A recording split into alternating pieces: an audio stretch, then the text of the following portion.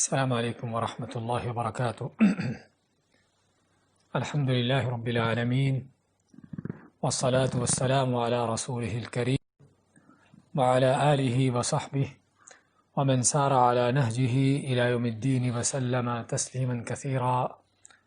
اما بعد۔ آج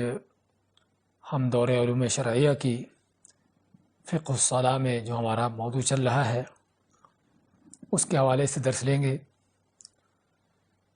سابقہ پیر کے سوموار کے دن ہم نے اس سے پہلے جمعہ کے نماز کے مسائل لیے تھے، اور آج انشاءاللہ اللہ کے فضل توفیق سے نماز وتر اور تہجد اور تراویح کی نماز کے حوالے سے بیان ہوگا۔ 226 نمبر مسئلہ آپ کے سامنے جو ہے اس میں یہ ہے کہ نماز وتر کی فضیلت۔ وتر کی نماز عشاء کی نماز کا حصہ ہے، بلکہ نماز وتر جو ہے عشاء کی نماز کا حصہ نہیں ہے۔ اکثر لوگ سمجھتے ہیں کہ وتر کی نماز جو ہے وہ عشاء کی نماز ہی کا حصہ ہے، اور اسی لیے عشاء کی نماز کے ساتھ ہی اس کو پڑھنا ضروری سمجھتے ہیں۔ لیکن وتر کی نماز جو ہے وہ الگ نماز ہے،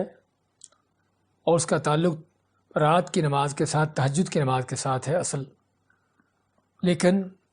اللہ نے لوگوں کی سہولت کے لیے اجازت دی ہے کہ اس کو عشاء کی نماز کے بعد پڑھا جا سکتا ہے۔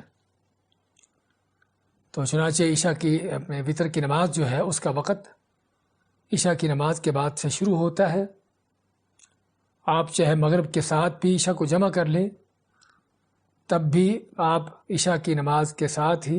اس کے بعد ہی وتر پڑھ سکتے ہیں۔ یعنی ضروری نہیں کہ عشاء کا وقت ہو تو تب آپ وتر پڑھیں گے۔ جو شخص عشاء کی نماز کو مغرب کے ساتھ جمع کر رہا ہے، مغرب کی نماز کے ساتھ عشاء پڑھ لیتا ہے، تو اس کی عشاء کی نماز پڑھنے کے ساتھ ہی اس کے بعد ہی اس کی وتر کا نماز اس کا وقت شروع ہو جاتا ہے۔ تو عشاء کی نماز کے بعد سے وقت شروع ہوتا ہے، اور فجر طلوع ہونے تک جو ہے اس کا وقت باقی رہتا ہے۔ اس کے بارے میں خارجہ بن حذیفہ رضی اللہ تعالیٰ عنہ کی، یا خارجہ بن حذیفہ رضی اللہ تعالیٰ عنہ کی حدیث ہے، فرماتے ہیں کہ آپ صلی اللہ علیہ وسلم فرمایا ان اللہ امدکم بصلاۃ ہی خیر لکم من حمر النعم۔ اللہ نے تم کو ایک اور نماز دی ہے، اس سے نوازا ہے تم کو کہ جو سرخ اونٹوں سے بہتر ہے، اور وہ کیا ہے؟ الوتر، وہ وتر کی نماز ہے۔ جعل اللہ لکم فیما بین صلاۃ العشاء الی طلوع الفجر، کہ جسے اللہ نے تمہیں عشاء کی نماز کے بعد سے لے کر فجر کے طلوع ہونے تک اس کو پڑھنے کا حکم دیا ہے۔ ابو داؤد، ابن ماجہ اور ترمذی کی یہ صحیح حدیث ہے۔ اسی طرح سیدنا جابر رضی اللہ تعالیٰ عنہ کہتے ہیں کہ رسول کریم صلی اللہ علیہ وسلم نے فرمایا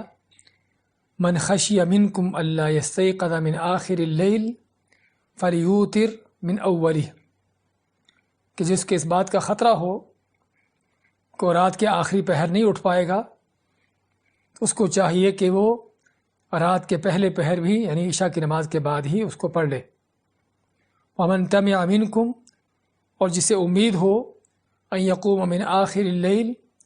کہ وہ رات کے آخری پہر اٹھے گا، فلیوتر من آخر اللیل، تو اسے چاہیے کہ وتر جو ہے رات کے آخری حصے میں پڑھے۔ فإن قراءة القرآن فی آخر اللیل محظورہ وہی افضل، کیونکہ رات کے آخری حصے میں قرآن کی تلاوت کرنا ایسی چیز ہے کہ جس کو فرشتے حاضر ہو کے سنتے ہیں، اس کے فرشتے حاضری دیتے ہیں، اور یہی وقت جو ہے افضل ہے۔ صحیح مسلم کی اس حدیث سے پتہ چلتا ہے کہ وتر کا افضل وقت جو ہے وہ رات کا آخری پہر یعنی سحری کا وقت ہے، لیکن آپ اسے عشاء کی نماز کے بعد بھی پڑھ سکتے ہیں، خصوصاً جسے رات کے آخری پہر یا سحری کے وقت اٹھنے کی امید نہ ہو۔ لیکن جسے سحری کے وقت اٹھنے کی امید ہو تو اسے چاہیے کہ وتر سحری کے وقت میں پڑھے۔ اس کے بعد 227 نمبر مسئلے میں وطر کا حکم کیا ہے، کیا وطر جو ہے فرض ہے، واجب ہے، سنت ہے، اس کا حکم کیا ہے؟ تو اس کے بارے میں جو علماء کا صحیح قول ہے وہ یہ ہے کہ وطر سنت مؤکدہ ہے، یعنی واجب یا فرض نہیں ہے بلکہ سنت مؤکدہ ہے، اور ایسی تاکید کی سنت ہے کہ جسے نبی کریم صلی اللہ علیہ وسلم نے کبھی نہ گھر میں چھوڑا اور نہ سفر میں چھوڑا۔ سفر و حضر میں آپ وطر کو پابندی کے ساتھ پڑھتے تھے، لیکن ساتھ ساتھ یہ بھی احادیث سے معلوم ہوتا ہے کہ آپ نے اس کو فرض یا واجب کی حیثیت نہیں دی۔ چنانچہ اسی بارے میں سیدنا علی رضی اللہ تعالیٰ عنہ کی حدیث فرماتے ہیں، الوطر لیس بحتم کصلاتکم المکتوبہ، کہ وطر فرض نماز کی طرح ضروری نہیں ہے۔ فرماتے ہیں کہ وطر فرض نماز کی طرح ضروری نہیں ہے، لیکن کیا ہے، وَلَكِنَّهُ سُنَّةٌ سَنَّهَا رسول اللہ صلی اللہ علیہ وسلم، لیکن یہ وہ سنت ہے کہ جسے رسول کریم صلی اللہ علیہ وسلم نے حکم دیا ہے جس کا کرنے کا۔ اور یہ سنن نسائی کی صحیح حدیث ہے کہ جس میں صاف طور پر بیان ہوا ہے کہ وطر جو ہے فرض نہیں ہے بلکہ سنت ہے۔ اور اس کی سنت ہونے کی اور بھی کئی حدیثیں ہیں۔ انہی احادیث میں عبداللہ بن عمر رضی اللہ تعالیٰ عنہ فرماتے ہیں کہ دوران سفر، یعنی اگر نبی کریم صلی اللہ علیہ وسلم سفر میں ہوتے تو نبی کریم صلی اللہ علیہ وسلم اپنی سواری پر بیٹھے ہی اشاروں سے فرض نماز پڑھتے رہتے۔ آپ کی سواری کا جدھر بھی رخ ہوتا، سواری پر بیٹھے بیٹھے ہی نفل نماز پڑھتے رہتے۔ لیکن فرماتے ہیں عبداللہ بن عمر کے فرضوں کے علاوہ، کہ فرض جو ہے سواری پر نہیں پڑھتے تھے، فرض جو ہے سواری سے اتر کر پڑھتے، لیکن وطر ہوں یا عام نفل ہوں آپ سواری پر بیٹھے بیٹھے پڑھتے رہتے۔ اس حدیث میں بھی کیا دلیل ہے؟ عبداللہ بن عمر فرماتے ہیں کہ فرض آپ سواری سے اتر کر پڑھتے اور نفل یا وطر جو ہوتے وہ سواری پر بیٹھے پڑھتے۔ تو اس میں فرق کیا گیا ہے فرض کے اندر اور وطر کے اندر، کہ وطر سواری پر پڑھتے اور فرض نماز جو ہے اتر کر پڑھتے، جسے پتہ چلتا ہے کہ وطر بھی فرض ہوتا تو وطر بھی آپ صلی اللہ علیہ وسلم سواری سے اتر کر پڑھتے۔ اس لیے جو علماء کا صحیح قول ہے وہ یہ ہے کہ وطر سنت مؤکدہ ہے، فرض یا واجب نہیں ہے، لیکن اس کو پڑھنے کا اہتمام ہونا چاہیے۔ آپ نے اس کی تاکید کی ہے اور آپ نے خود بھی پابندی کے ساتھ ان کو پڑھا ہے وطروں کو، اور حتیٰ کہ امام احمد بن حنبل رحمۃ اللہ علیہ فرماتے ہیں کہ جو آدمی بغیر کسی عذر وجہ کے وطر نہیں پڑھتا وہ کیا ہے، رجل سوء لا تقبل شہادتہ، کہ جو آدمی بلا عذر وطر چھوڑتا ہے، احمد بن حنبل رحمۃ اللہ علیہ فرماتے ہیں کہ وہ برا آدمی ہے جس کی گواہی قبول نہیں کی جانی چاہیے۔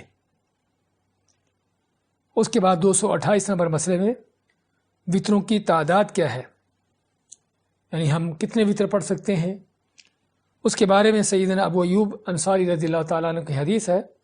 فرماتے ہیں کہ رسول اکرم صلی اللہ علیہ وسلم نے فرمایا، الوطر حق، کہ وطر پڑھنا حق ہے، یعنی پڑھنا چاہیے۔ فمن احب ان یوتر بخمس فلیفعل، تو جو 5 وطر پڑھنا چاہے ایک ساتھ ہی تو 5 بھی پڑھ سکتا ہے۔ ومن احب ان یوتر بثلاث فلیفعل، اور جو 3 وطر پڑھنا چاہے وہ 3 بھی پڑھ سکتا ہے۔ ومن احب ان یوتر بواحدۃ فلیفعل، اور جو ایک ہی وطر پڑھنا چاہتا ہو وہ ایک بھی پڑھ سکتا ہے۔ یہ ابو داؤد، نسائی، ابن ماجہ کی صحیح حدیث ہے کہ جس میں وطروں کی تعداد کا بیان آتا ہے۔ اور اسی طرح ام المؤمنین عائشہ رضی اللہ تعالیٰ عنہ کی دوسری حدیث ہے کہ جس میں آپ صلی اللہ علیہ وسلم کا انہوں نے فعل بیان کیا ہے کہ آپ نے رات کو کبھی، اکثر تو آپ کی جو روٹین ہوتی وہ 11 رکعت پڑھنے کی ہوتی، اور 11 رکعت پڑھنے کا طریقہ بھی آگے آ رہا ہے، انشاءاللہ بیان کریں گے۔ تو کبھی آپ 9 وطر بھی پڑھے، تو فرماتی ام المؤمنین عائشہ رضی اللہ تعالیٰ عنہا کہ اگر آپ 9 وطر پڑھتے تو 8 رکعتیں مسلسل پڑھتے رہتے، تشہد نہ بیٹھتے، 8ہی رکعت پڑھ کے تشہد بیٹھتے اور پہلا تشہد پڑھ کے کھڑے ہو جاتے، پھر 9ویں رکعت پڑھ کے اس کے بعد تشہد پڑھ کے سلام پھیرتے۔ تو 9 وطر پڑھنے کا طریقہ یہ ہے کہ 8 رکعتیں لگاتار پڑھنے کے بعد تحیات بیٹھیں گے، اور تحیات پڑھ کے پھر 9ویں رکعت کے لیے کھڑے ہو جائیں گے اور پھر 9ویں رکعت پڑھ کے تشہد بیٹھ کر تشہد مکمل کر کے سلام پھیریں گے۔ پھر ماتی ام المؤمنین عائشہ رضی اللہ تعالیٰ عنہ کہ آپ نے 7 وطر بھی پڑھے، لیکن 7 وطر ایک ہی تشہد اور ایک ہی سلام کے ساتھ۔ ماتی ہیں کہ آپ مسلسل رکعتیں پڑھتے جاتے حتیٰ کہ 7ویں رکعت پڑھ کے بیٹھتے اور سلام پھیر دیتے۔ اور اسی طرح آپ نے 5 رکعتیں بھی پڑھی ہیں، جس طرح اس حدیث میں بھی ہے، ام المؤمنین عائشہ رضی اللہ تعالیٰ عنہ فرماتی کہ آپ نے 5 وطر بھی پڑھے، اور 5 وطر بھی پڑھنے کا آپ کا یہی انداز ہوتا کہ 5 رکعتیں مسلسل پڑھتے رہتے حتیٰ کہ 5ویں رکعت کے بعد اتحیات بیٹھ کر سلام پھیرتے۔ اور اس حدیث سے بھی ام المؤمنین عائشہ رضی اللہ عنہ کے حدیث سے پتہ چلتا ہے کہ آپ نے 3 وطر بھی پڑھے ہیں، اور 3 وطروں کا جس طرح آگے بھی تفصیل آ رہی ہے کہ 3 وطر آپ نے ایک سلام کے ساتھ ایک تشہد کے ساتھ بھی پڑھے ہیں، اور کبھی آپ نے 2 رکعتیں الگ پڑھ کر سلام پھیرا اور پھر تیسری رکعت الگ سے پڑھی۔ تو دونوں ہی طرح آپ سے سنت سے وارد ہے 3 وطر کے حوالے سے۔ اور کبھی آپ نے 1 وطر بھی پڑھا، 1 وطر پڑھنے کا، لیکن آپ کا طریقہ کار کیا ہوتا کہ پہلے آپ 2 رکعتیں پڑھتے رہتے اور آخر میں 1 رکعت پڑھتے۔ اور یہاں پر بھی آپ مانتے ہیں کہ جو 1 وطر بھی پڑھنا چاہتا ہو وہ 1 بھی پڑھ سکتا ہے، جس میں اس بات کی دلیل ہے کہ ایک اکیلا وطر بھی پڑھا جا سکتا ہے، چاہے اس سے پہلے آپ نے کوئی نفل سنتے نہ پڑھی ہوں یا اس سے پہلے کوئی 2 رکعتیں نہ پڑھی ہوں۔ یہ تو ہے وطر پڑھنے کا جو اس کی تعداد ہے، وطر کی تعداد 1 بھی ہے، 3 بھی ہے، 5 بھی ہے، 7، 9 اور 11 بھی ہے۔ اس کے بعد 229 نمبر مسئلے میں 3 وطر پڑھنے کا افضل طریقہ کیا ہے؟ ہمارے یہاں چونکہ اکثر بیشتر لوگ 3 وطر پڑھتے ہیں، تو معلوم ہونا چاہیے کہ 3 وطر پڑھنے کا افضل طریقہ کیا ہے۔ ابھی آپ نے حدیث میں سنا، حضرت عائشہ کی حدیث جو آپ نے آپ کو ذکر کیا ہے، اس میں آپ کے 2 طریقے ہم سے ملتے ہیں کہ آپ کبھی تو 3 وطر ایک ہی سلام ایک ہی تشہد کے ساتھ پڑھتے، اس طرح کہ آگے صحیح مسلم کی حدیث بھی آ رہی ہے اسی مسئلے میں کہ آپ رات کو 11 رکعت پڑھتے اور 11 رکعتوں میں ہر 2 رکعتوں کے بعد سلام پھیرتے اور آخر میں 1 رکعت ادا کر کے وطر بنا لیتے، اور بعض روایتوں میں آتا ہے کہ 3 وطر پڑھ کے سلام پھیرتے۔ تو 3 وطریں جو ہے وہ اس طرح سے بھی ہیں کہ ان کو ایک ہی تشہد کے ساتھ ایک ہی سلام کے ساتھ پڑھا جائے، اور دوسرا طریقہ اس کا کیا ہے کہ 2 رکعتیں پڑھ کے تشہد پڑھ کے سلام پھیر دیا جائے اور تیسری رکعت الگ سے پڑھی جائے، جس طرح کہ اس حدیث میں آپ نے جو ذکر کی ہے۔ تو یہ 2 طریقے ہیں وطر پڑھنے کے، 3 وطر پڑھنے کے، 2 پڑھ کے تشہد پڑھ کے سلام پھیر کے تیسری رکعت الگ سے پڑھ سکتے ہیں، یا 3 رکعتیں ایک ساتھ ہی پڑھ سکتے ہیں کہ جس میں صرف تیسری رکعت کے بعد ہی تشہد بیٹھ کر سلام پھیرا جائے۔ اور اس میں زیادہ تر آپ کا معمول جو تھا وہ یہی تھا کہ آپ وطر جو ہے وہ 3 اگر پڑھتے تو 2 رکعتیں پڑھ کے سلام پھیر کر تیسری الگ پڑھتے، یعنی وطر کی اکیلی رکعت جو ہے الگ ہوتی، تو زیادہ تر آپ کا معمول یہ تھا۔ تو اس لیے علماء فرماتے ہیں کہ بہتر یہی ہے کہ وطر کی الگ رکعت جو ہے الگ پڑھی جائے۔ اس کے بعد 230 نمبر میں نبی کریم صلی اللہ علیہ وسلم نے 3 وطر نماز مغرب کی طرح 2 تشہد اور 1 سلام کے ساتھ پڑھنے سے منع فرمایا ہے۔ ذرا غور کیجئے، کیونکہ ہمارے ہاں بعض لوگ ان کا وطر پڑھنے کا یہ طریقہ ہوتا ہے کہ جس طرح مغرب کی نماز پڑھتے ہیں، اور مغرب کی نماز کس طرح پڑھتے ہیں کہ 2 رکعتیں پڑھ کے تشہد بیٹھتے ہیں اور پھر تیسری رکعت کے لیے کھڑے ہو جاتے ہیں اور پھر تیسری رکعت پڑھ کے تشہد پورا پڑھ کے آخر تک اس کے بعد سلام پھیرتے ہیں۔ تو آپ نے اس طرح سے وطر کی نماز کو پڑھنے سے منع کیا ہے۔ تو چنانچہ اس کے بارے میں سیدنا ابو ہریرہ رضی اللہ عنہ کی حدیث ہے، فرماتے ہیں کہ نبی کریم صلی اللہ علیہ وسلم نے فرمایا لا توتروا بصلاۃ تشبہ بصلاۃ المغرب، کہ 3 رکعتیں اس طرح سے نہ پڑھو کہ جس طرح تم مغرب کی نماز پڑھتے ہو، کہ جس طرح مغرب کی نماز ہے 3 رکعتوں کو اس طرح سے نہ پڑھو یا 3 وطروں کو اس طرح سے نہ پڑھو۔ تو اس میں آپ نے مغرب کی نماز کی طرح سے وطروں کو پڑھنے سے منع کیا ہے، اور مغرب کی نماز کی طرح ہونے کا معنی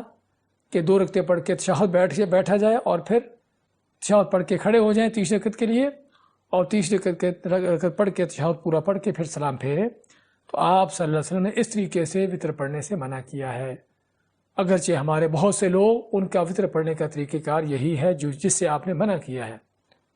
اور پھر ہمیں اسی سے پتہ چلتا ہے کہ ہمارے ہاں بعض چیزیں جو رائج ہیں لوگوں کے اندر پھیلی ہوئی ہیں جس پر ان کا عمل چل رہا ہے، بعض اوقات یہ وہ عمل ہوتا ہے جو سراسر اللہ کے نبی کی سنت کے خلاف ہے، اور بلکہ آپ نے اس سے منع کیا ہے۔ اس کے بعد 231 نمبر مسئلے میں 3 وطروں میں ہم نے کیا پڑھنا ہے، کیا تلاوت کرنا ہے، تو اس مسئلے کے یہاں پر بیان ہوا ہے کہ 3 وطروں میں سورۃ فاتحہ کے بعد یہ صورتیں پڑھنا سنت ہے۔ ابی بن کعب رضی اللہ تعالیٰ عنہ فرماتے ہیں کہ رسول کریم صلی اللہ علیہ وسلم وطر کی پہلی رکعت میں سورۃ الاعلیٰ اور دوسری رکعت میں سورۃ الکافرون اور تیسری رکعت میں سورۃ الاخلاص کی تلاوت فرماتے، یعنی پہلی رکعت میں فاتحہ کے بعد سورۃ الاعلیٰ ہے سبح اسم ربک الاعلیٰ، اور دوسری رکعت میں فاتحہ کے بعد سورۃ الکافرون ہے قل یا ایھا الکافرون،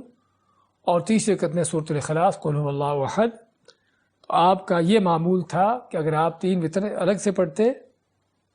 بعض اوقات تو آپ 3 وطروں کو پہلی رکعتوں کے ساتھ اٹیچ کر دیتے، جس طرح 5 رکعتیں ایک ساتھ پڑھ لی، 7 ایک ساتھ پڑھ لی، 9 ایک ساتھ پڑھ لی، لیکن اگر آپ 3 رکعتیں پڑھتے، چاہے وہ ایک ساتھ تینوں پڑھے یا 2 پڑھ کے سلام پھیر کے تیسری الگ سے پڑھے، تو اس میں آپ کا معمول کیا ہوتا تھا کہ اس میں آپ پہلی رکعت میں سورۃ فاتحہ کے بعد سورۃ الاعلیٰ اور دوسری رکعت میں فاتحہ کے بعد سورۃ الکافرون اور تیسری رکعت میں فاتحہ کے بعد جو ہے وہ سورۃ الاخلاص کی تلاوت فرماتے۔ لیکن اگر کوئی آدمی کسی وقت میں اس طریقے سے نہ پڑھے اور بھی کوئی صورتیں پڑھ لے تب بھی جائز ہے، یعنی کیونکہ یہ حکم صرف سنت ہونے کی حیثیت سے ہے۔ اس کے بعد 232 نمبر مسئلے میں وطروں میں رکوع سے قبل یا رکوع کے بعد دعائے قنوت پڑھنا سنت ہے۔ وطر کی ایک خاصیت یہ بھی ہے کہ اس میں دعائے قنوت پڑھی جاتی ہے۔ اب یہ دعائے قنوت کہاں پڑھیں گے؟ وطر سے رکوع سے پہلے پڑھیں گے یا رکوع کے بعد پڑھیں گے؟ آپ جس طرح دیکھتے ہیں کہ اس میں علماء کا لوگوں کا اختلاف ہے کہ بعض لوگ جو ہے وہ قنوت کی دعا جو ہے وہ رکوع سے پہلے کرتے ہیں، اور بعض لوگ دعائے قنوت جو ہے رکوع کے بعد جب کھڑے ہوتے ہیں تو اس وقت پر کرتے ہیں، اور دونوں ہی طرح سنت ہے،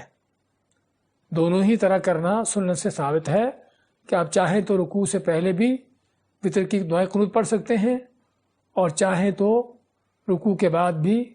قنوت وطر پڑھ سکتے ہیں۔ اور اسی لیے امام بخاری رحمۃ اللہ علیہ صحیح بخاری میں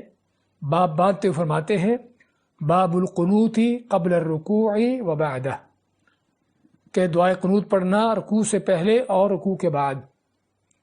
یعنی چاہیں تو رکوع سے پہلے پڑھ سکتے ہیں اور چاہیں تو رکوع کے بعد بھی پڑھ سکتے ہیں۔ اور اس کے بعد سیدنا ابی بن کعب کی حدیث روایت کرتے ہیں، یہ حدیث یہاں پر ذکر کی گئی ہے کہ جس میں فرماتے ہیں سیدنا ابی بن کعب کہ رسول اللہ صلی اللہ علیہ وسلم وطر میں دعائے قنوت رکوع سے پہلے پڑھتے تھے۔ ابی بن کعب فرماتے ہیں کہ آپ صلی اللہ علیہ وسلم وطر میں دعائے قنوت رکوع سے پہلے پڑھتے تھے، یعنی رکوع کرنے جانے سے پہلے ہی آپ دعائے قنوت پڑھ کے پھر رکوع جاتے تھے۔ یہ ابن ماجہ کی صحیح حدیث ہے۔ اور اس کے مد مقابل سیدنا انس بن مالک کی حدیث ہے، فرماتے ہیں کہ رسول کریم صلی اللہ علیہ وسلم رکوع کے بعد دعائے قنوت کیا کرتے تھے۔ انس بن مالک کیا فرماتے ہیں کہ آپ دعائے قنوت کب کرتے تھے؟ رکوع کے بعد، اور یہ بھی ابن ماجہ ہی کی صحیح حدیث ہے۔ تو ایک حدیث ابن ماجہ کی ہے جس میں آپ کی دعائے قنوت کا رکوع سے پہلے ذکر ہے، اور دوسری ابن ماجہ کی اسی درجے کی حدیث ہے کہ جس میں آپ کا دعائے قنوت کرنا رکوع کے بعد ہے۔ تو اس لیے دونوں ہی طرح کرنا جائز ہے، اور اگر کوئی کبھی رکوع سے پہلے کر لے کبھی رکوع کے بعد کر لے تو یہ بہتر ہوگا، تاکہ دونوں سنتوں پر عمل ہو جائے۔ اور اس میں ہمیں اس مسئلے کا بھی پتہ چل جانا چاہیے کہ کسی کو تعصب سے کام نہیں لینا چاہیے اس طرح کے مسائل میں، کہ جو احادیث میں ایک سے زیادہ طریقے سے ثابت ہوں تو سنت یہ ہے کہ آدمی وہ جو ثابت شدہ طریقے ہیں ان کو اپنائے اور ان پر چلنے والوں کا انکار نہ کرے۔ لیکن چونکہ ہمارے ہاں ان مسئلوں کو بتایا نہیں جاتا اور لوگ اندھی تقلید میں لوگوں کو دیکھ دکھا کر دین پر چل رہے ہوتے ہیں، تو بچپن سے لے کر ہی کسی آدمی نے سیکھا دیکھا یہ ہوتا ہے کہ رکوع سے پہلے ہی دعائے قنوت کرنی ہے، تو زندگی بھر کا اس کا یہی معمول ہوتا ہے۔ تو جب بھی کہیں اس کو واسطہ پڑتا ہے ایسے لوگوں کے ساتھ یا ایسی نماز میں جہاں رکوع کے بعد دعا کی جاتی ہے تو شاید وہ پریشان ہو جاتے کہ یہ کیا ہے. اور یہ اصل ہمارے ملاؤں کی غلطی ہے کہ جو اس طرح کے مسائل بتاتے نہیں ہیں. حالانکہ چاہیے ایسی چیزیں لوگوں کو بتائی جائے تاکہ پتہ ہو کہ سنت طریقہ کیا ہے. تو چنانچہ پتہ چلا کہ رکوع سے پہلے بھی دعائے قنوت کی جا سکتی ہے اور رکوع کے بعد بھی کی جا سکتی ہے، اور دونوں ہی طرح سے یہ کرنا صحیح احادیث سے ثابت ہے. 233 نمبر مسئلے میں مسنون دعائے قنوت جو نبی کریم صلی اللہ علیہ وسلم نے اپنے نواسے کو سکھائی. یعنی دعائے قنوت کیا کریں ہم، اس میں آپ نے اپنے نواسے حسن ابن علی رضی اللہ تعالی عنہما ان کو آپ نے وطر میں یہ دعا پڑھنے کی تلقین کی یا یہ دعا سکھائی. وہ دعا کیا ہے؟ اللہم اہدنی فی من ہدیت وعافنی فی من عافیت وتولنی فی من تولیت وبارک لی فیما اعطیت وقنی شر ما قضیت فانک تقضی ولا یقضى علیک وانہ لا یذل من والیت ولا یعز من عادیت تبارکت ربنا وتعالیت. تو یہ سنن نسائی کی صحیح حدیث ہے کہ جس میں آپ صلی اللہ علیہ وسلم نے قنوت کے دعائے قنوت جو ہے سکھائی. وہ کیا ہے؟ یہ ہے دعا، اور عموماً آپ حرمین وغیرہ میں یہی دعا سنتے ہیں. اگرچہ ہمارے ملکوں میں ایک اور دعا ذکر کی جاتی ہے کہ جو عمر فاروق رضی اللہ تعالیٰ عنہ سے ثابت ہے. اللہ کے نبی صلی اللہ علیہ وسلم سے اس کا ثبوت نہیں ہے، لیکن عمر فاروق جیسے بعض صحابہ نے وہ دعا کی ہے تو کرنے کو بھی کر سکتے ہیں. اور عموماً وطر کی دعائے قنوت میں بہتر افضل تو یہی ہے کہ آپ صلی اللہ علیہ وسلم کی یہ سکھائی ہوئی دعا کی جائے. لیکن اگر کوئی شخص اس دعا کے علاوہ اور بھی کوئی دعا کرنا چاہے تو اس میں کوئی ممانعت نہیں ہے، کیونکہ دعا ہے تو اس میں آدمی اپنی طرف سے اگر یعنی ایسی چیز جس کی لوگوں کو ضرورت ہو، خود اس کو ضرورت ہے، تو اس دعا میں ایسے کلمات یا ایسی دعا کر سکتا ہے. لیکن کوئی شک نہیں کہ بہتر اور افضل یہی ہے کہ اللہ کے نبی صلی اللہ علیہ وسلم نے جو دعا سکھائی ہے یہی دعا پڑھی جائے. 234 نمبر مسئلے میں، بلکہ اس سے پہلے کہ 234 کی طرف جائیں، اگر کوئی دعائے قنوت نہیں پڑھتا وطر میں تو اس کے وطر کیا کیا حکم ہوگا؟ تو علماء کا اس پر اتفاق ہے کہ وطروں میں دعائے قنوت کرنا صرف سنت ہے. وطروں میں دعائے قنوت کرنا صرف اس کی حیثیت سنت کی ہے. اور اگر سنت ہے تو اس کا مطلب کہ اگر کوئی آدمی جان بوجھ کر بھی دعائے قنوت چھوڑ دیتا ہے تو اس پر کوئی گناہ نہیں، اس کی نماز مکمل ہے، اس کی نماز میں کوئی نقص نہیں، اور نہ ہی اس کو سجدہ سہو کرنے کی ضرورت ہے. سجدہ سہو تو اس وقت کہ جب بھول کر چھوٹے گی، لیکن ہم کہتے ہیں کہ اگر جان بوجھ کر بھی کوئی آدمی نہ دعائے قنوت کرے تب بھی اس کو نہ سجدہ سہو کرنا پڑے گا، نہ اس پر کس طرح کا گناہ ہوگا. اب یہ بات کہاں سے ہے؟ یہ بات اس لیے کیونکہ رسول کریم علیہ السلام نے دعائے قنوت سکھائی ضرور ہے، لیکن خود نبی اکرم صلی اللہ علیہ وسلم سے کوئی ایسی چیز یعنی کہ ثابت نہیں ہوتی کہ آپ نے دعائے قنوت کرتے ہوئے کیا الفاظ کہے. اور اس لیے بعض علماء کہتے ہیں کہ سنت یہ ہے کہ کبھی آپ دعائے قنوت کریں اور کبھی جان بوجھ کر چھوڑیں، کیونکہ اللہ کے نبی صلی اللہ علیہ وسلم نے ہمیشہ اس کی پابندی نہیں کی. اور تو اس لیے دعائے قنوت اگر آدمی چھوڑ دیتا ہے جان بوجھ کر بھی یا بھول کر چھوٹ جاتی ہے تو اس کو نہ تو سجدہ سہو کرنا ہے اور نہ کوئی اور چیز ہے، بلکہ اس کی نماز مکمل ہے. 234 میں وطروں کی نماز سے سلام پھیرنے کے بعد کیا دعا پڑھنا چاہیے؟ جب آپ وطر سے سلام پھیریں گے تو اس کے بعد کیا دعا خاص ہے جو پڑھنی چاہیے؟ اس کے بارے میں نبی صلی اللہ علیہ وسلم کی سنت ہے، جس طرح کہ ابی بن کعب رضی اللہ تعالیٰ عنہ روایت کرتے ہیں کہ رسول اللہ صلی اللہ علیہ وسلم وطروں سے سلام پھیرنے کے بعد 3 مرتبہ سبحان الملک القدوس یہ الفاظ کہتے. سبحان الملک القدوس یہ کہتے 3 مرتبہ، اور فرماتے ہیں ابی بن کعب کہ تیسری مرتبہ کہتے ہوئے آواز کو بلند کرتے اور لمبی کرتے. یعنی تیسری بار جب سبحان الملک القدوس یہ کہتے وطر کے بعد تو تیسری مرتبہ کہتے ہوئے آواز کو لمبی بھی کرتے اور آواز بلند بھی کرتے. تو یہ ہے وطر کے بعد جو دعا کرنا سنت ہے. 235 میں ایک رات میں 2 دفعہ یا 2 مرتبہ وطر پڑھنے سے منع کیا گیا ہے، اور یہ مسئلہ بھی جاننا ضروری ہے. اور خصوصاً رمضان میں کہ بعض اوقات آدمی عشاء کی نماز کے بعد تراویح پڑھتا ہے امام کے ساتھ اور وطر پڑھ لیتا ہے، اور پھر رات کے آخری حصے میں سحری کے وقت اس کی آنکھ کھل جاتی ہے اور وہ چاہتا ہے کہ میں کوئی نوافل پڑھ لوں، تو اب وہ وطر جب امام کے ساتھ پڑھ چکا ہے عشاء کے بعد، تو اب اگر وہ تہجد پڑھتا ہے یا نوافل پڑھتا ہے تو دوبارہ پھر سے اس کو وطر پڑھنا چاہیے۔ اس حوالے سے آپ کے سامنے حدیث ہے طلق ابن علی رضی اللہ عنہ کی، اپنے باپ سے روایت کرتے ہیں کہ آپ صلی اللہ علیہ وسلم نے فرمایا کہ لا وطران فی لیلہ، ایک ہی رات میں دو مرتبہ وطر نہیں پڑھے جاتے۔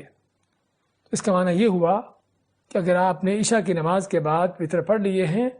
یا عشاء کی نماز کے بعد تراویح پڑھی اس کے ساتھ وطر پڑھ لیے ہیں، اور پھر سحری کے وقت آپ کی آنکھ کھلتی ہے اور اس وقت نوافل پڑھتے ہیں کوئی، تو آپ کو وطر دوبارہ پڑھنے کی اجازت نہیں ہے، وطر صرف رات میں ایک دفعہ پڑھے جائیں گے۔ اب یہاں پر بہت سے لوگوں کو اس بات کی مشکل پیش آتی ہے کہ اگر ہم امام کے ساتھ تراویح پڑھتے ہیں اور ہم چاہتے ہیں کہ وطر رات کے آخری حصہ میں پڑھے، کوئی رات کے آخری حصہ میں کوئی نوافل پڑھ کے وطر پڑھے، تو امام کے ساتھ تراویح پھر کیا امام کے ساتھ تراویح پڑھتے ہوئے وطر پڑھنا چھوڑ دیں، یا وطر بھی پڑھ لیں اور وطر جب امام پڑھ رہا ہو تو ہم وطر کی نیت نہ کریں بلکہ نفل کی نیت کریں، اور جب امام ایک رکعت پڑھ کے سلام پھیر دے تو ہم جو ہے دوسری رکعت کے لیے کھڑے ہو کر 2 نفل پڑھ لیں۔ تو بعض علماء نے اس کی اجازت دی ہے، اور یہ ایسا کیوں کرنے کی اجازت دی ہے؟ اس میں دونوں چیزیں تاکہ دونوں سنتوں پر عمل ہو جائے، ایک تو وطر کو سحری کے وقت پڑھنے کی سنت، اور دوسری کیا ہے کہ امام کے ساتھ جو ہے آدمی جب نماز پڑھتا ہے امام کے فارغ ہونے تک، تو نبی صلی اللہ علیہ وسلم کا فرمان ہے من قام مع الامام حتی ینصرف کتب له قیام لیلہ، کہ آدمی اگر امام کے ساتھ کھڑا ہو کے نماز پڑھتا ہے امام کے فارغ ہونے تک تو اللہ تعالیٰ اس کو پوری رات کی نماز کا قیام کا ثواب دے دیتا ہے۔ اس سے معلوم ہوا کہ آدمی کو امام کے ساتھ نماز پڑھتے ہوئے مسلسل جاری رہنا چاہیے اور درمیان میں اس کو چھوڑنا نہیں چاہیے تاکہ اس کو پوری رات کی نماز کا ثواب مل جائے۔ تو یہ ہے وطر جو ہے ایک رات میں 2 دفعہ وطر نہیں پڑھنا چاہیے بلکہ ایک دفعہ وطر پڑھنا اس کا حکم ہے۔ اس کے بعد 236 نمبر مسئلہ میں نماز وطر کی قضا کرنے کا وقت اور طریقہ، یہ بھی مسئلہ اہم ہے کہ بہت سے لوگ بعض اوقات چاہتے ہیں کہ چلو سحری کے وقت وطر پڑھ لوں گا اور پھر آنکھ نہیں کھلتی یا اس کو وطر پڑھنا یاد نہیں رہا، تو اگر وطر قضا ہو جاتا ہے، وطر کا وقت نکل جاتا ہے، اور وطر کا وقت کب تک ہے، جس طرح ہم نے ذکر کیا سب سے پہلے مسئلے میں کہ وطر کا وقت جو ہے وہ فجر طلوع ہونے تک ہے، فجر طلوع ہونے کے ساتھ ہی سحری بھی بند ہو گئی، کھانا پینا بھی بند ہو جاتا ہے اگر کوئی روزہ رکھنا چاہتا ہے، اور وطر کا وقت بھی ختم ہو جاتا ہے۔ تو اب جو ہے جو فجر سے پہلے وطر نہ پڑھ سکا کیا کرے؟ اس کے بارے میں زید بن اسلم رضی اللہ تعالیٰ عنہ کہتے ہیں کہ رسول اللہ صلی اللہ علیہ وسلم نے فرمایا من نام عن وطرہ فلیصلی اذا اصبح، کہ جو اپنے وطر سے سوئے رہ جائے، یعنی وطر نہ پڑھ سکے، سوئے رہ گیا، تو جب وہ صبح ہو جائے، صبح ہونے سے مراد یعنی کہ جب سورج طلوع ہونے کے بعد اوپر اٹھاتا ہے تو اس وقت وطر پڑھ لے۔ یہ ترمذی کی صحیح حدیث ہے۔ اور اسی طرح ام المؤمنین عائشہ رضی اللہ تعالیٰ عنہا فرماتی ہیں کہ رسول اللہ صلی اللہ علیہ وسلم سے جب کبھی رات کی نماز کسی تکلیف وغیرہ کی وجہ سے چھوٹ جاتی تو آپ اسے دن میں چاشت کے وقت 12 رکعت ادا کرتے۔ ذرا غور سے دیکھیے، فرماتی ام المؤمنین عائشہ رضی اللہ تعالیٰ عنہا کہ اگر کبھی کبھار آپ رات کو تہجد کی نماز نہ پڑھ سکتے، کوئی تکلیف بیماری ہوتی آپ کو یا تھکے ہوتے، کوئی اور وجہ ہوتی، تو رات کی نماز آپ کی چھوٹ جاتی، رات کو وطر نہ پڑھ سکتے، تو آپ کیا کرتے کہ پھر اس کو قضا کرتے۔ کب قضا کرتے؟ سورج کے نکلنے کے بعد، جب سورج کی دھوپ تیز ہو جاتی ہے، چاشت کا وقت جس کو ہم کہتے ہیں، تو اس وقت اس نماز کو قضا کرتے، لیکن اس وقت 11 رکعت نہیں پڑھتے تھے بلکہ اس وقت 12 رکعت پڑھتے۔ جس سے معلوم کیا ہوا کہ اس حدیث سے 2 باتیں معلوم ہوئیں۔ ایک تو وطر قضا کرنے کا وقت کیا ہے، کہ اگر کسی کے وطر قضا ہو جائیں، فجر سے پہلے نہ پڑھ سکا ہو، تو اس کو قضا کرنے کا وقت جو ہے سورج کی دھوپ تیز ہونے سے لے کر ظہر سے پہلے تک، سورج ڈھلنے سے پہلے تک، اس دوران وہ وطروں کو قضا کر سکتا ہے، تہجد کی نماز کو قضا کر سکتا ہے۔ اور دوسری بات یہ معلوم ہوئی کہ وطر قضا کرتے ہوئے انہیں جفت تعداد میں، یعنی 3 کے بجائے 4 اور 5 کے بجائے 6، 7 کے بجائے 8 اور 9 کے بجائے 10، اور اگر کسی کی روٹین 11 رکعت پڑھنے کی ہے رات کو تو 11 نہیں بلکہ 12 رکعت پڑھے گا۔ تو اس سے صحیح مسلم کی حدیث سے یہ مسئلہ معلوم ہوتا ہے کہ اگر کسی کی وطر کی نماز رات کو نہ پڑھ سکا ہو، فجر سے طلوع ہونے سے پہلے نہ پڑھ سکا ہو، تو اس کو چاشت کے وقت میں قضا کیا جا سکتا ہے، لیکن اس کو 3 نہیں بلکہ 4 کی تعداد میں، جفت تعداد میں اس کو پڑھا جائے گا۔ 237 نمبر مسئلے میں ایک رات میں، جی ہاں اس کا ذکر ہو گیا۔ 238 نمبر مسئلے میں قنوت وطر کے علاوہ قنوت نازلہ ہے، قنوت وطر کے علاوہ قنوت نازلہ ہے۔ ایک قنوت وطر ہوتی ہے اور ایک قنوت نازلہ ہوتی ہے۔ دونوں میں فرق کیا ہے کہ قنوت نازلہ وہ دعا ہے کہ جو حسب ضرورت ایسے حالات میں پڑھنا چاہیے کہ جب مسلمان کافروں کے خلاف کسی جنگ میں یا ظلم و ستم کا شکار ہو، یعنی کافروں کا غلبہ ہو، مسلمانوں پر ظلم و ستم ڈھایا جا رہا ہو، یا کافروں کی مسلمانوں کے خلاف کوئی جنگ چل رہی ہو، تو ایسے اوقات میں قنوت نازلہ پڑھنا سنت ہے۔ چنانچہ قنوت نازلہ میں مسلمانوں کی مدد و نصرت اور کافروں کی بربادی کی دعا کی جائے گی۔ قنوت نازلہ تمام نمازوں میں یا بعض نمازوں کی آخری رکعت میں رکوع کے بعد کی جا سکتی ہے۔ اسے پتہ چلا کہ پہلی بات تو قنوت نازلہ کب کی جائے گی کہ جب مسلمان کسی مشکل حالات سے دوچار ہیں، کافروں کا ان پر غلبہ ہے، ان پر ظلم و ستم ہو رہا ہے، ایسی حالت میں یا کوئی جنگ کی حالت ہے، اس وقت قنوت نازلہ کی جائے گی۔ اور اس سے معلوم ہوا کہ قنوت نازلہ ہر وقت کرنا اور ہر دن کرتے رہنا، پورا سال ہی کرتے رہنا سنت کے خلاف ہے۔ اور دوسری بات کہ قنوت نازلہ کا مقصد کیا ہے، کہ قنوت نازلہ کا مقصد جو ہے مسلمانوں کی مدد، تائید، اللہ سے مانگنا، اس کی دعا کرنا، اور کافروں کی بربادی، ہلاکت کی بد دعا کرنا۔ اور تیسرا، قنوت نازلہ کب پڑھیں گے، اس کے بارے میں کسی بھی نماز کے بعد، چاہے فجر کی ہو، ظہر، عصر، مغرب، عشاء، کوئی بھی فرض نماز ہے، تو اس فرض نماز کی آخری رکعت کے رکوع کے بعد، اس فرض نماز کی آخری رکعت کے رکوع کے بعد، اگر فرض کرو فجر کی نماز میں پڑھ رہے ہیں تو دوسری رکعت کے رکوع کے بعد، ظہر کی نماز پڑھ رہے ہیں تو چوتھی رکعت کے رکوع کے بعد، مغرب کی نماز پڑھ رہے ہیں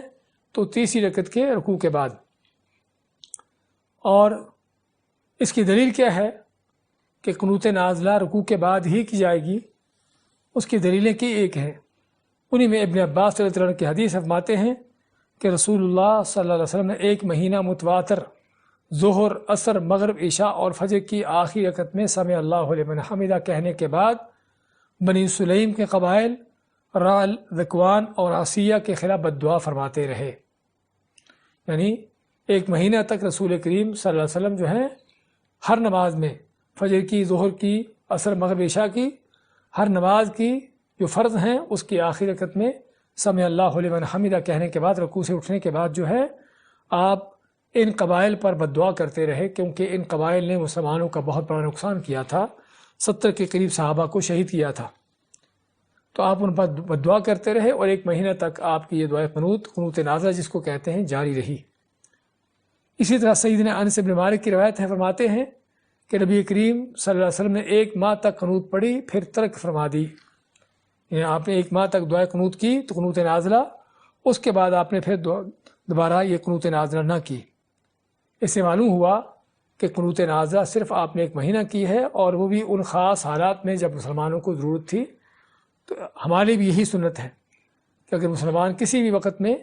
کسی ظلم و ستم کا شکار ہوں، کافروں کا غلبہ ہو، تو ان حالات میں قنوت نازلہ کرنا چاہیے۔ اور کب کرنا ہے؟ کسی بھی نماز میں، اور خصوصی طور پر بعض علماء نے یعنی کہ ترغیب دلائی ہے کہ فجر اور مغرب کی نمازوں میں، ورنہ احادیث کی روح سے ہر نماز کے بعد کی جا سکتی ہے۔ کرنی کب ہے؟ کہ جب آخری رکعت کے رکوع سے کھڑے ہوں گے، اس وقت یہ دعا کی جائے گی، جس دعا میں مسلمانوں کی حمایت، مدد، نصرت کی دعا کی جائے گی، اور کافروں کی تباہی، بربادی کی بد دعا کی جائے گی۔ تو یہ تھے کچھ وہ مسائل جن کا تعلق تھا کس سے؟ وطر کی نماز کے ساتھ۔ اس کے بعد ہے نماز تہجد کے مسائل۔ 239 نمبر مسئلہ میں نماز تہجد کی فضیلت۔ اس سے پہلے کہ ہم اس کی فضیلت ذکر کریں، تہجد کا معنی کیا ہے؟ تہجد کا لفظی معنی ہے کہ سو کر اٹھنا یا سونا، تو وہ نماز جو سو کر اٹھ کے پڑھی جاتی ہے اس کو تہجد کا نام دیا جاتا ہے۔ اس کی فضیلت کیا ہے؟ اللہ فرماتا ہے وَمِنَ اللَّيْلِ فَتَهَجَّدْ بِهِ، کہ رات کے کچھ وقت میں تہجد کی نماز میں قرآن کی تلاوت کیا کرو، یعنی اس قرآن کے ساتھ رات کا کچھ حصہ تہجد کی نماز پڑھو۔ اور مزید اللہ کا فرمان ہے إِنَّ نَاشِئَةَ اللَّيْلِ هِيَ أَشَدُّ وَطْئًا وَأَقْوَمُ قِيلًا، کہ بے شک رات کا اٹھنا، رات کا جاگنا، اللہ کی بارگاہ میں کھڑے ہونا جذبات کو روندنے اور بات کہنے میں زیادہ اثر انگیز ہے۔ یعنی آدمی جب اللہ کی بارگاہ میں رات کو تہجد کی نماز میں کھڑا ہوتا ہے تو اس کو بات بھی جو کہتا ہے سمجھ آتی ہے، کیونکہ ذہن خالی ہوتا ہے، آس پاس کے دنیا کے ہنگامے بند ہوتے ہیں، تو اپنے جذبات کو روندنے کے لیے بھی بہت مؤثر چیز ہے، کیونکہ جذبات کو روندنا، آدمی نرم گرم بستر چھوڑ کر اور گہری نیند سے اٹھ کر اللہ کی بارگاہ میں کھڑے ہونا، کوئی شک نہیں کہ شیطان نہیں چاہتا، دل کا انسانی نفسانی خواہشات اس کے خلاف ہیں، لیکن آدمی شیطان کا بھی مقابلہ کرتے ہوئے اور نفسانی خواہشات کو بھی دباتے ہوئے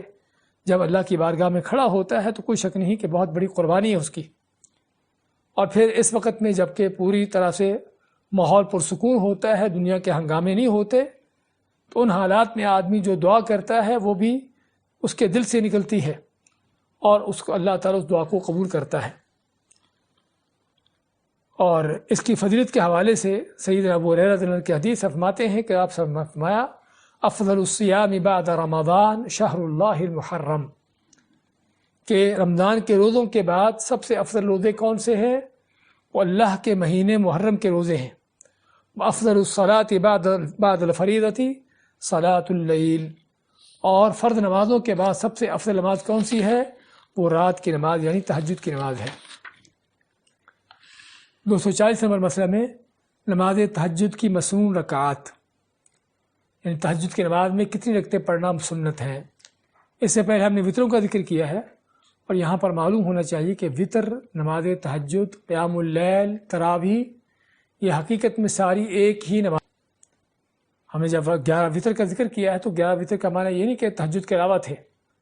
یا 9 وطروں کا ذکر کیا ہے تو اس کا معنی یہ نہیں کہ تہجد کی نماز کے علاوہ 9 وطر ہیں۔ تو اس لیے بعض علماء نے، جس طرح کہ امام مسلم رحمۃ اللہ علیہ ہیں، انہوں نے اپنی صحیح مسلم میں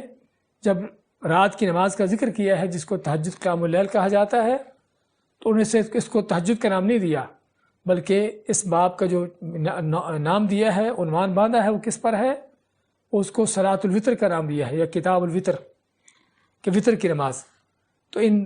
تہجد کی نماز کو، قیام اللیل کو، ان سبھی چیزوں کو انہوں نے وطر کا نام دیا ہے۔ تو اس لیے جو ہم نے وطر کی تعداد بیان کی ہے وہ یہاں پر وہی ہے۔ ام المؤمنین عائشہ رضی اللہ عنہا فرماتی ہیں کان یصلی من اللیل 11 رکعہ یسلم من بین کل رکعتین یوتر منها بواحدہ، کہ آپ صلی اللہ علیہ وسلم جب رات کو نماز پڑھتے تو آپ 11 رکعت پڑھتے، 11 رکعت پڑھتے، ان 11 رکعتوں میں ہر 2 رکعتوں کے بعد سلام پھیرتے، اور پھر آخری 1 رکعت جو رہ جاتی اس کو الگ پڑھتے جو وطر کی نماز ہوتی۔ تو جس سے معلوم ہوا کہ تہجد کی مسنون رکعتیں جو ہے وہ 11 ہے، اور 11 وطر بھی اس کو کہا جاتا ہے، تہجد بھی کہا جاتا ہے، اور آگے تراویح کے بھی اس کے بارے میں ذکر کریں گے کہ اصل یہی مسنون تعداد ہے جو 11 ہے۔ یہ صحیح بخاری کی حدیث ہے، اور دوسری حدیث میں ام المؤمنین عائشہ فرماتی ہیں کہ وَلَمْ يَكُنْ يُوتِرُ بِأَنْقَصَ مِنْ سَبْعٍ وَلَا بِأَكْثَرَ مِنْ 13،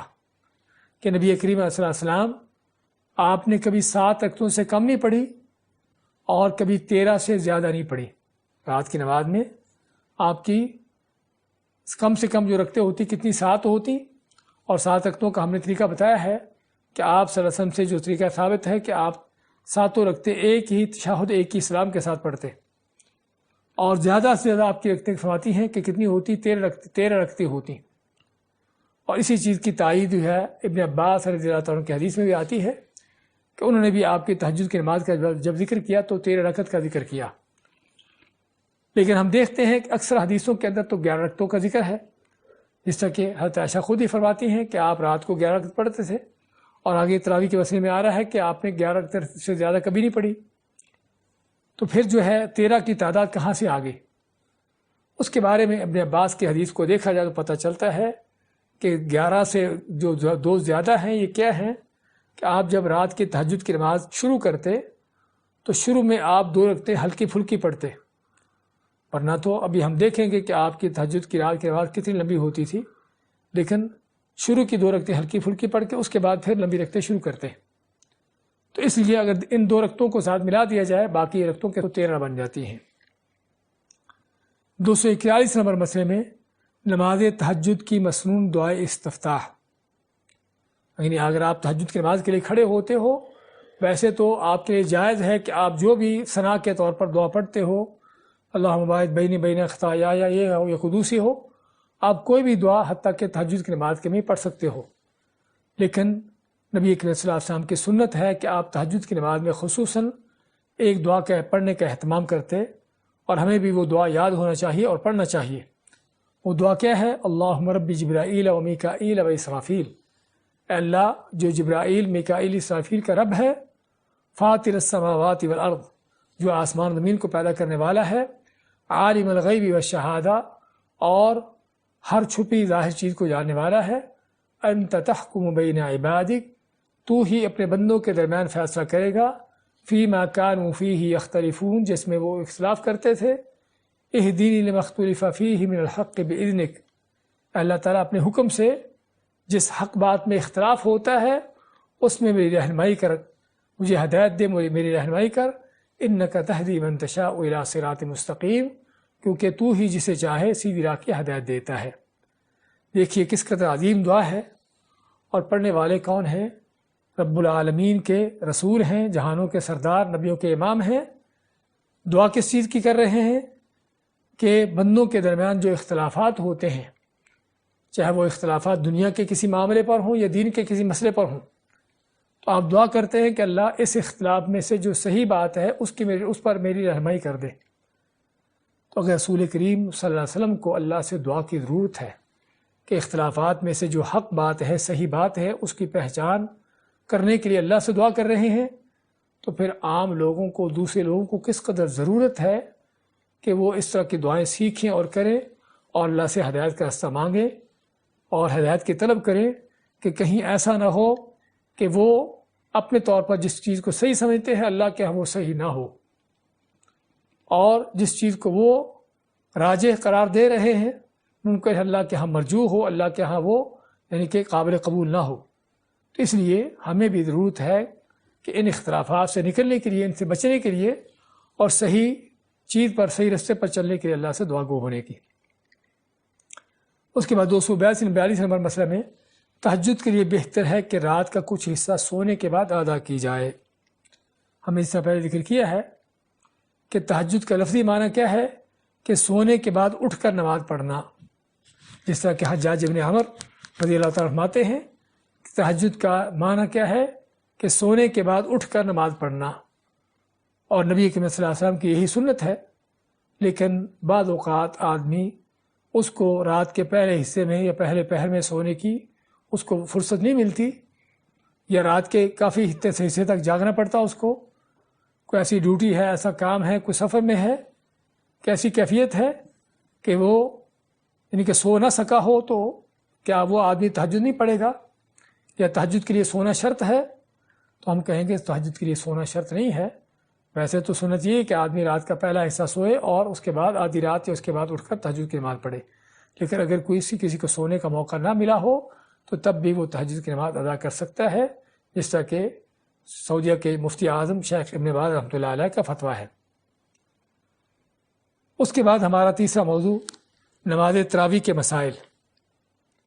اور ہم نے تینوں موضوع کو اس لیے جمع کیا ہے کہ حقیقت میں تینوں ایک ہی نماز ہے. اس کو وطر کہہ لیں، اس کو تہجد کہہ لیں، اس کو تراویح کہہ لیں، اور ایک چوتھا اور اللیل یا قیام رمضان. تو اس لیے 243 نمبر مسئلے میں تراویح، تہجد، قیام اللیل یا قیام رمضان جو بھی اس کو کہہ دیں، یہ الگ الگ نمازیں نہیں ہیں. یہ نمازیں الگ الگ نہیں ہیں بلکہ ایک ہی نماز کے مختلف نام ہیں. اس کو تہجد کہہ لیں، اس کو تراویح کہہ لیں، قیام اللیل کہہ لیں، نماز ایک ہی ہے، صرف اس کے نام مختلف رکھے گئے ہیں. چنانچہ رمضان مبارک میں اسی نماز کو قیام رمضان کہا جاتا ہے، جس کی تعداد 11 رکعت ہے۔ ام المؤمنین عائشہ رضی اللہ تعالی عنہا فرماتی ہیں کہ رسول اللہ صلی اللہ علیہ وسلم رات کی نماز کے متعلق آپ سے پوچھا گیا تو آپ فرمایا کہ ما کان یزید فی رمضان ولا غیر رمضان ولا غیرہ علی 11 رکعہ، کہ رسول کریم صلی اللہ علیہ وسلم رمضان ہوتا یا رمضان کے علاوہ اور کوئی وقت ہوتا، یعنی اور کوئی مہینہ ہوتا، آپ ہمیشہ رات کو 11 رکعت ہی ادا کرتے تھے۔ صحیح بخاری مسلم کی حدیث میں کیا پتہ چلا کہ آپ کی سال بھر کوئی بھی مہینہ ہوتا، رمضان ہو، شعبان ہو، ذوالحجہ ذوالقعدہ کوئی بھی ہو، آپ کی ہمیشہ رات کو 11 رکعت پڑھنے کی روٹین تھی۔ تو اس سے کیا پتہ چلا کہ تراویح، جس کو ہم رمضان میں تراویح کہتے ہیں، یہی اللہ کے نبی صلی اللہ علیہ وسلم کی تہجد کی نماز ہے، کیونکہ اگر تہجد اور ہوتی، تراویح اور ہوتی، تو پھر یقینی طور پر رسول کریم صلی اللہ علیہ وسلم جو ہے وہ ایک تراویح کے طور پر نماز پڑھتے اور دوسری تہجد کے طور پر پڑھتے، لیکن آپ کی ایک ہی نماز ہوتی جس کو تراویح کا نام دیا جاتا ہے۔ 244 نمبر مسئلے میں قیام رمضان کی فضیلت، یعنی اب ہم تراویح کا اس لحاظ سے ذکر کر رہے ہیں کیونکہ تراویح کو عموماً رمضان میں پڑھا جاتا ہے، ورنہ یہ تہجد کی نماز ہی ہے، اور اس سے پہلے ہم تہجد کی نماز کی فضیلت پڑھ چکے ہیں کہ فرض نمازوں کے بعد سب سے افضل ترین نماز کون سی ہے؟ وہ تہجد کی نماز ہے۔ لیکن یہی تہجد، یہی تراویح اگر رمضان کا حصہ ہو یا رمضان کا مہینہ ہو تو اس کی فضیلت اور بڑھ جاتی ہے۔ چنانچہ صحیح بخاری کی حدیث میں اللہ کے نبی صلی اللہ علیہ وسلم کا فرمان ہے، من قام رمضان ایمانا واحتسابا غفر له ما تقدم من ذنبہ، کہ جو آدمی رمضان کو قیام کرتا ہے، رات کی نماز پڑھتا ہے، ایمانا واحتسابا، اللہ پر ایمان رکھتے ہوئے اور اللہ سے اجر و ثواب لینے کے لیے، اجر و ثواب کی نیت سے، غفر له ما تقدم من ذنبہ، تو اللہ تعالیٰ اس کے سابقہ گناہوں کو معاف کر دیتا ہے۔ جس سے کیا پتہ چلا کہ رمضان میں خصوصاً یہ تہجد یا تراویح جو ہے، اس کی کیا فضیلت ہے کہ اس سے اللہ تعالیٰ سابقہ گناہوں کو معاف کر دیتا ہے۔ 245 نمبر مسئلے میں کہ رسول اللہ صلی اللہ علیہ وسلم نے صحابہ کرام کو صرف 3 دن قیام رمضان یعنی تراویح کی باجماعت نماز پڑھائی، اس کے بعد اس خطرہ سے جماعت کروانا چھوڑ دی کہ کہیں مسلمانوں پر فرض نہ ہو جائے۔ یعنی آپ صلی اللہ علیہ وسلم نے تراویح کی نماز پڑھائی ہے لیکن صرف 3 دن، اور اس کے بعد کیوں چھوڑ دی؟ کہ کہیں لوگوں پر فرض نہ ہو جائے اور پھر جو اس کو نہیں پڑھے گا اللہ کے ہاں گناہ گار ہوگا۔ اور جب تک نفل ہے، ہاں نفل میں انسان کو گنجائش ہے کہ چاہے تو پڑھ لے اور چاہے تو نہ پڑھے، اگر نہیں بھی پڑھتا تو اس کو گناہ نہیں۔ تو اس لیے آپ نے 3 دن جماعت کروائی، اس کے بعد چھوڑ دی کہ کہیں فرض نہ ہو جائے۔ اس کے بارے میں ام المؤمنین عائشہ رضی اللہ عنہا کی حدیث ہے، فرماتی ہیں ان رسول اللہ صلی اللہ علیہ وسلم صلی فی المسجد ذات لیلہ، کہ ایک رات آپ مسجد میں آپ نے نماز پڑھی، وصلی بصلاتہ ناس، تو کچھ لوگوں نے آپ کے پیچھے آپ کے ساتھ جماعت میں نماز پڑھی، ثم صلی فی القابلہ وکثر الناس، تو جو اگلی رات تھی آپ نے پھر مسجد میں نماز پڑھی تو اور بھی لوگ آپ کے پیچھے لوگ زیادہ جمع ہو گئے۔ ثالثہ اور لیلۃ الثالثہ، پھر آپ صلی اللہ علیہ وسلم جو ہیں یا آپ یہ لوگ جو ہے تیسری رات کو بھی لوگ جمع ہو گئے، اور بعض روایتوں میں ہے اور رابعہ، کہ 3 دن تو آپ نے نماز پڑھائی اور چوتھی رات کو بھی لوگ زیادہ جمع ہو گئے۔ جب جیسے لوگوں کو پتہ چلتا گیا کہ اللہ کے نبی صلی اللہ علیہ وسلم رات کو تہجد کی نماز، تراویح کی نماز پڑھا رہے ہیں، تو لوگ اور بھی جمع ہو گئے۔ تو فرماتے ہیں ایسا کہ تیسری رات تھی یا چوتھی رات تھی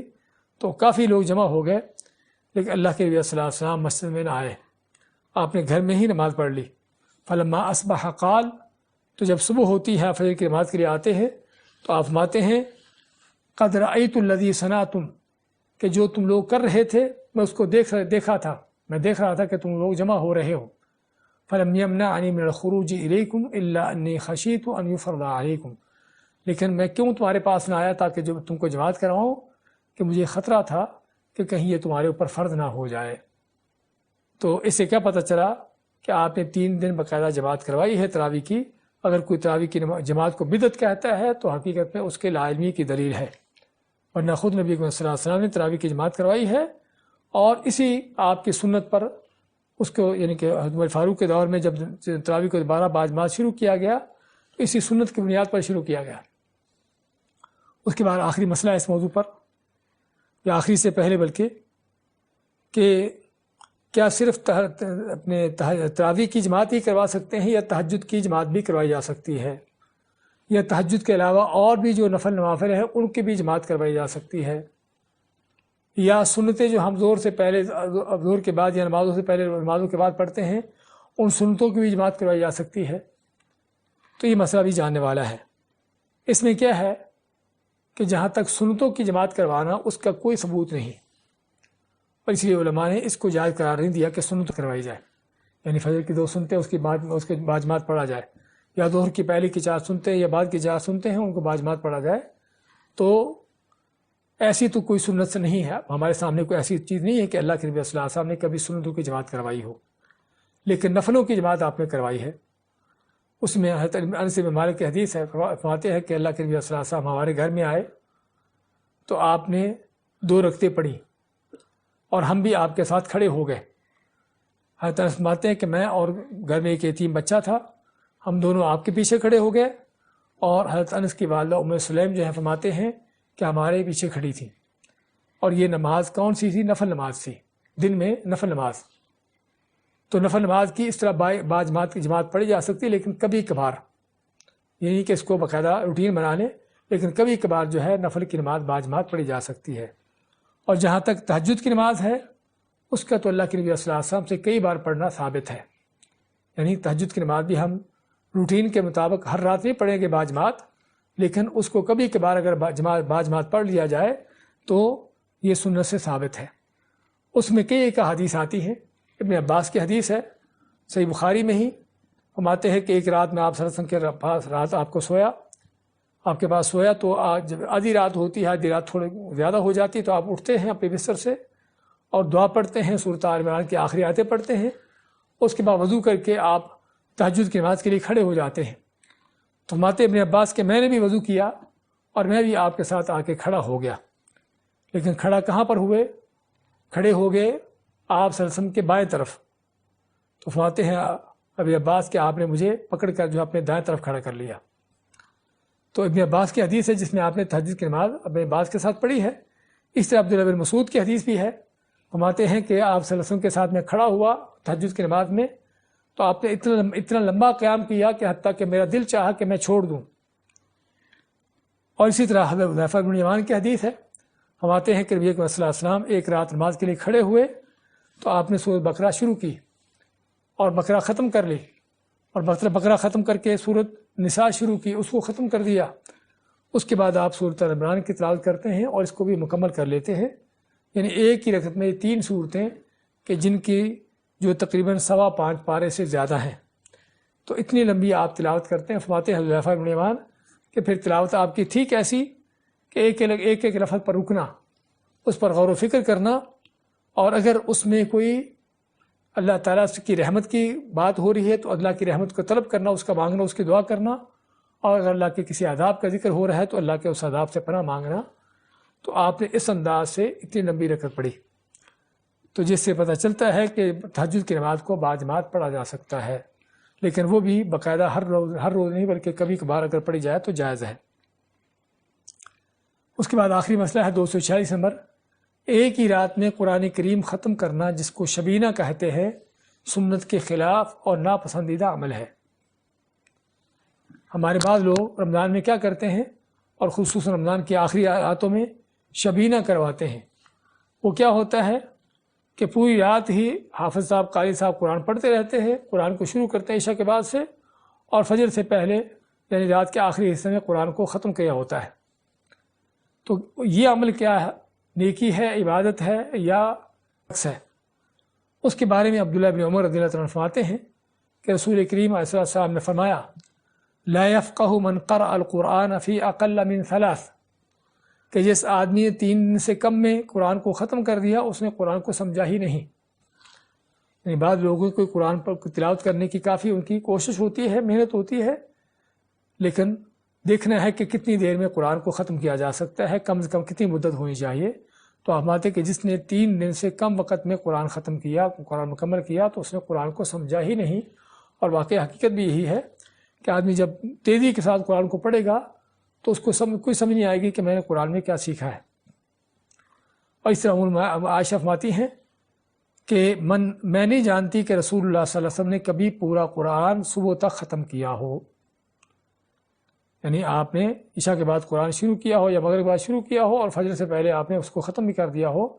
تو حضرت عائشہ فرماتی ہیں کہ